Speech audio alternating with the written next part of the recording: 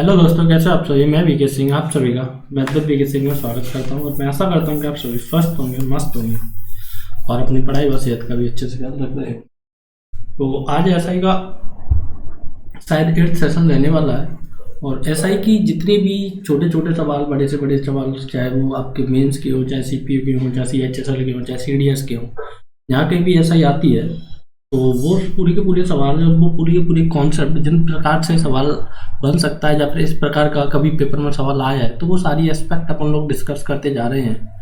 तो आज धीरे धीरे एसआई की हम 8th वीडियो पर आ चुके हैं। इसके बाद वीडियो आने वाला है इंस्टॉलमेंट का, किस्त का।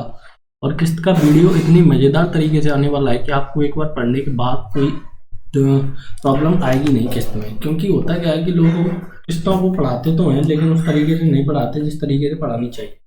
तो हम आपके लिए फुल कोशिश करेंगे कि आपकी किस्त भी अच्छी तरीके से समझ में आए।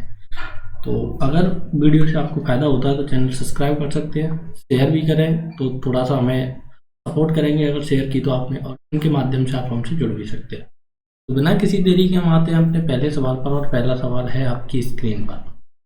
तो मैं आशा करता हूँ कि देखो, एक चीज़ बताई दी जाती है, एसआई बराबर क्या होता है आपका P into R into T upon 100 होता है। पूरा का पूरा एसआई में आपका यही फॉर्मूला चलने वाला है और यही चलेगा। पहले अपन लोग एसआई पढ़ रहे हैं, फिर सीआई पढ़ेंगे, फिर दोनों को मिलाकर पढ़ेंगे, एसआई और सीआई। कोई भी आपका कन्फ्यूजन नहीं है और चाहे किसी का एग्जाम हो, एसआई का कोई भी सवाल आपका नहीं रहेगा। तो देखेंगे पहला क्वेश्चन, ए का साधारण ब्याज बी है। तो देखो, ए का ये प्रिंसिपल है, आर रेट है, टी टाइम है, उसका साधारण ब्याज क्या है भाई, बी है। बी का साधारण ब्याज सी है। देखो, कोई राशि है बी, उस पर आर है, टी है, और उसका साधारण ब्याज क्या मिल रहा है आपको, सी मिल रहा है। बस मैंने प्रिंसिपल की जगह ए रख दिया, आर और टी कॉन्स्टेंट कर दी, और जो ब्याज मिला मेरे को, पहले बी ब्याज मिला, फिर मेरे को सी ब्याज मिला, वो मैंने दोनों रख दिया। देखो, दोनों स्थिति में क्या समान है, आपके रेट और टाइम क्या है, बराबर है। इसी कारण मैंने आर और टी दोनों कंडीशन पर सेम रखा हुआ है। अगर ये बोलता कि आर और टी बराबर नहीं है तो मैं सेम नहीं रखता। तो ये पूछ रहा है what is the relation between A B and. तो देखेंगे 100 से तो 100 गया, आर और टी से आर और टी गया, तो ए अपॉन बी बराबर क्या आ चुका है, बी अपॉन सी आ चुका है। यहाँ से मैं क्रॉस मल्टीप्लाई करूँ तो बी स्क्वायर बराबर क्या आ चुका है, ए सी। ये सवाल पेपर में कई बार पूछा जा चुका है, रिपीटेड सवाल है। तो मैं इसको डायरेक्ट कैसे बताऊँ, जब रेट और टाइम आपके समान है तो ए से मेरे को कितना ब्याज मिला, बी मिला, बी से मेरे को कितना ब्याज मिला, सी मिला। तो डायरेक्ट कैसे करेंगे कि बी स्क्वायर बराबर ए। लेकिन कब होगा ये, जब ही होगा जब आपकी रेट और टाइम कैसे होनी चाहिए, दोनों बराबर होनी चाहिए।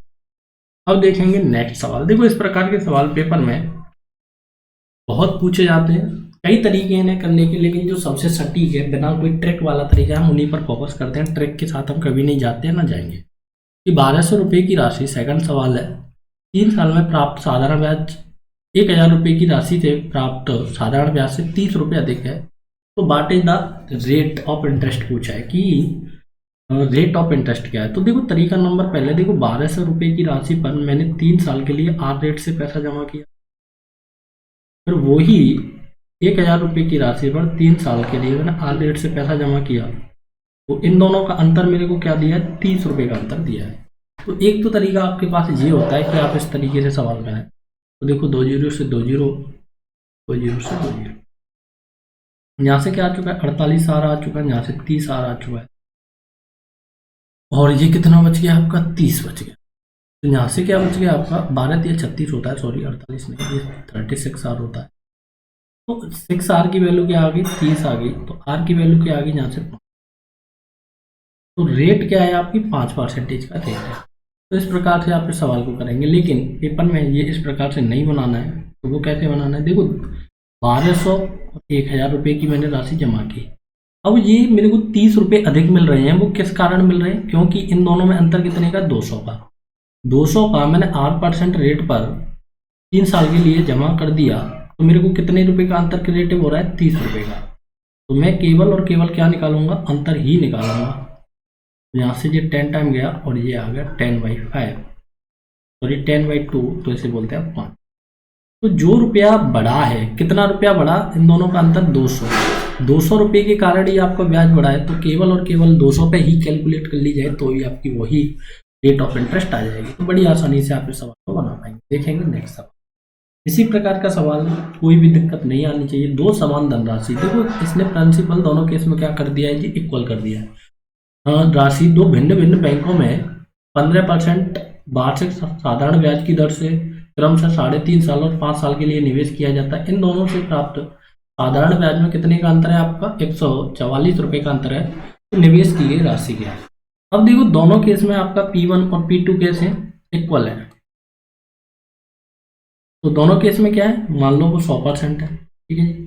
अब इन दोनों सालों के अंतर के कारण ही आपका क्या है, एसआई में अंतर आया है, क्योंकि पहले एक राशि 5 साल के लिए जमा हुई है, एक राशि 3.5 साल के लिए जमा हुई है, तो इसी के कारण आपका अंतर कितना आया है, 144 आ गया। तो देखेंगे कि 15% मेरा रेट है, इन दोनों का अंतर कितना आ चुका है, इन दोनों का टाइम का अंतर आपका कितना आ चुका है, 1.5 आ चुका है। तो 1.5 का मल्टीप्लाई करेंगे तो इसकी वैल्यू आपके लिए क्या दी गई है, 144 दी गई है। तो 2 to 5 होता है, 2 to 5 की वैल्यू कितनी दी गई है आपको, 144%।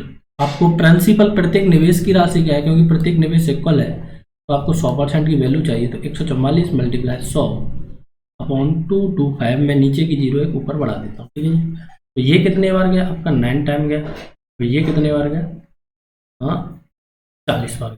ये कितने बार गया आपका, 16 नम्मा होता है यहाँ से, तो 16 3 14, तो 640 रुपये का प्रत्येक निवेश की राशि है। तो इस प्रकार से आप इस सवाल को बना पाएंगे। लेकिन कुछ लोगों की ये सवाल समझ में नहीं आ पाया, तो वो क्या करें, देखो पी राशि 15% की रेट पर 5 साल के लिए जमा की अपॉन 100, वही पी राशि 15% की रेट पर 3.5 साल के लिए जमा की, तो इन दोनों का अंतर कितना आ गया आपका, इन दोनों का अंतर दिया है मेरे को 144।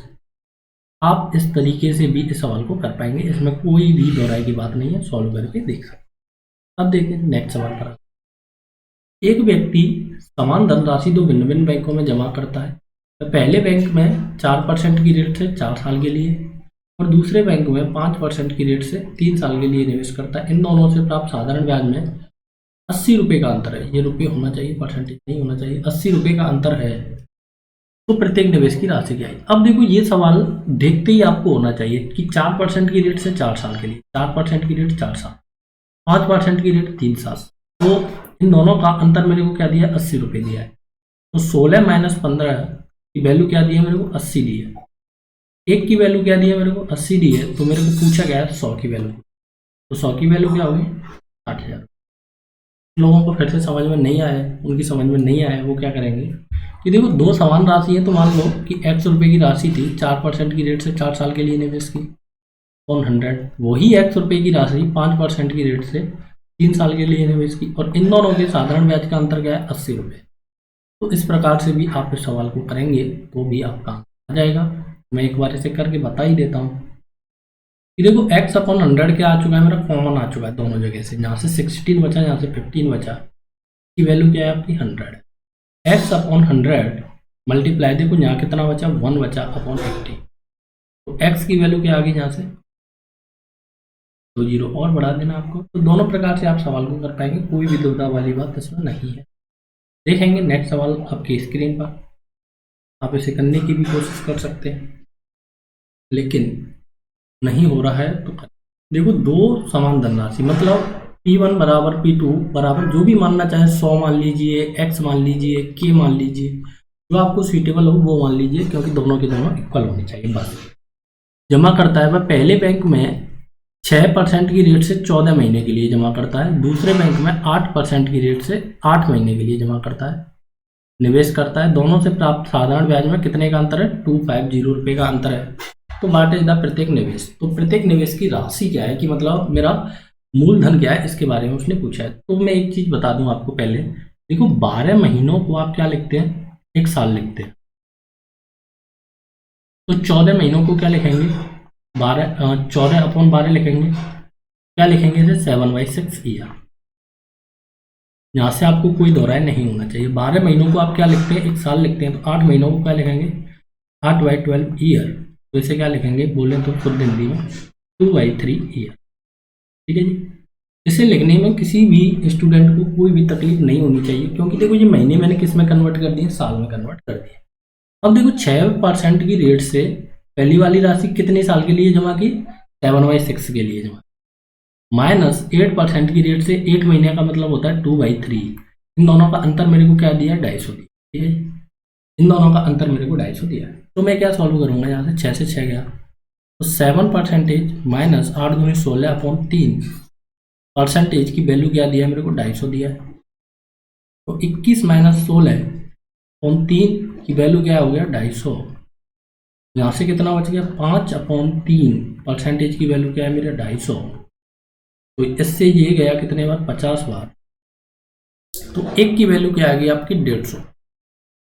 तो ठीक है जी, आपको क्या चाहिए, प्रत्येक निवेश की राशि चाहिए। आपको कितने की वैल्यू चाहिए, 100% की वैल्यू चाहिए। तो आप इसके पीछे 2 जीरो और लगा देंगे, 15,000 रुपये मेरा क्या हो जाएगा, प्रत्येक निवेश की राशि। तो ये सवाल मैं आशा करता हूँ कि आपको अच्छी तरीके से समझ में आ चुका होगा। बस इसमें क्या है, ये 6/7 और ये 2/3 का खेल आपको समझ में आना चाहिए। अगर ये खेल समझ में नहीं आया तो सवाल नहीं आएगा। तो देखेंगे नेक्स्ट सवाल, काफ़ी आसान सा सवाल। दो भिन्न भिन्न बैंकों में 500 रुपये से प्राप्त 2 साल का साधारण ब्याज का अंतर कितना है, 2.5 रुपये है। तो इन साधारण ब्याज का अंतर क्या है, तो कैसे करेंगे, देखो 500 रुपये की राशि है, दो भिन्न भिन्न बैंकों में 500 रुपये की राशि इसने मान लो 8% पे जमा की 2 साल के लिए, अपॉन का 100। तो वही 500 रुपये की राशि इसने 8 रुपये जमा की, वही 2 ईयर के लिए, अपॉन 100। तो कितना अंतर आया आपका, 2.5 रुपये का अंतर आया। तो 500/100 मल्टीप्लाई 2 आपका क्या आ चुका है, कॉमन आ चुका है। तो R1 माइनस R2 की वैल्यू क्या आ गई, से आप ऐसे भी कर सकते हैं। तो 2 जीरो से 2 जीरो गया, 1 जीरो से 1 जीरो गया, तो ये कितना हो गया, 100 हो गया। तो R1 माइनस R2 की वैल्यू क्या हो गई आपकी, 25/100। 25/100 को क्या लिखेंगे आप, 2.5। तो R1 और R2 में कितना का अंतर है, 2.5% का अंतर है। तो इन दोनों की साधारण ब्याज में कितने का अंतर है, 2.5। मैंने पूरा का पूरा सवाल बेसिक से बना ही दिया, तो इसमें आपको कोई भी दिक्कत नहीं आनी चाहिए। इस प्रकार से ही सवाल पेपर। तो कोई देखो नेक्स्ट सवाल आपकी स्क्रीन पर, तो इस प्रकार के सवाल भी पेपर में आते हैं। अब ये कुछ छठे छठाए सवाल हैं, तो देखते हैं। किसी राशि का साधारण ब्याज उस राशि का कितना है, 4/9 टाइम है, गुना है यदि ब्याज का दर और समय का संख्यात्मक मान बराबर हो। मतलब कहने का ये है कि अगर 4 साल के लिए आपने कोई राशि निवेश की है तो उसका रेट भी क्या है आपका, 4%। अगर 5 साल के लिए निवेश किया तो रेट भी क्या है उसका, 5%। तो इसने क्या पूछा, बराबर है तो what is the rate of interest पूछा है कि आर की वैल्यू क्या है। तो मैं कह रहा हूँ कि देखो साधारण ब्याज, किसी राशि का साधारण ब्याज उस राशि का क्या है, 9/टाइम है। तो देखो 9/टाइम है, ये क्या है, प्रिंसिपल है, और ये क्या है, SI। तो ये प्रिंसिपल और SI का मैं यहाँ से रेशियो निकालूँ तो मेरा SI 4 है, प्रिंसिपल प्रिंसिपल 9 है, SI 4 है। ठीक है जी। तो देखो मैंने 9% की रेट से मान लो R ही टाइम के लिए और R ही परसेंटेज पर राशि जमा की, तो उससे कितना ब्याज प्राप्त हुआ, 4 प्राप्त हुआ। तो यहाँ से आपकी वैल्यू क्या आ चुकी है, देखो R² बराबर 400/9 आ चुका है। तो R की वैल्यू क्या आ गई आपकी, 20/3 आ गई। तो 6 सही 2/3% आपकी वैल्यू आ चुकी है। इस प्रकार से भी आप इस सवाल को बनाएंगे। ये है इसका कि NCERT से कैसे सॉल्व करना है। पर अब आगे देखेंगे कि इस सवाल को डायरेक्ट करने का तरीका होता है √4/9 मल्टीप्लाई 100। ये कब होता है, जब रेट बराबर क्या होना चाहिए, टाइम होना चाहिए, R बराबर आपकी T होनी चाहिए। तो रूट अंडर क्या आ गया आपका, यहाँ से देखो इसका आ गया 2, सॉरी मैं इसको 4/9/100 करते हैं। तो देखो इसका आया 2, इसका आया 3, इसका आया 10। तो ये क्या हो गया आपकी, यहाँ से निकलेगा रेट परसेंटेज। तो 20/3 तो आप क्या लिखेंगे, 6 सही 2/3%। अब देखो ये इसका शॉर्ट डेरिवेटिव है, अगर आपको याद रहता है पेपर में तो आप इसका यूटिलाइज कर सकते हैं, नहीं रहता है तो आप इस प्रकार से सवाल पर जाएंगे। अब देखेंगे नेक्स्ट सवाल इसी प्रकार का कि किसी राशि का साधारण ब्याज 4 साल में साधारण ब्याज की दर से मिश्र धन का कितना हो जाता है, 4/9 हो जाता है। अब देखो SI और अमाउंट दिया है, SI 4 है, अमाउंट 9 है। तो मेरा प्रिंसिपल कितना हो गया, प्रिंसिपल 5 होगा। ठीक है, तो यहाँ पर आपको प्रिंसिपल निकालना है। तो देखो ऐसा ही बराबर क्या होता है आपका P into R into T multiply 100 होता है।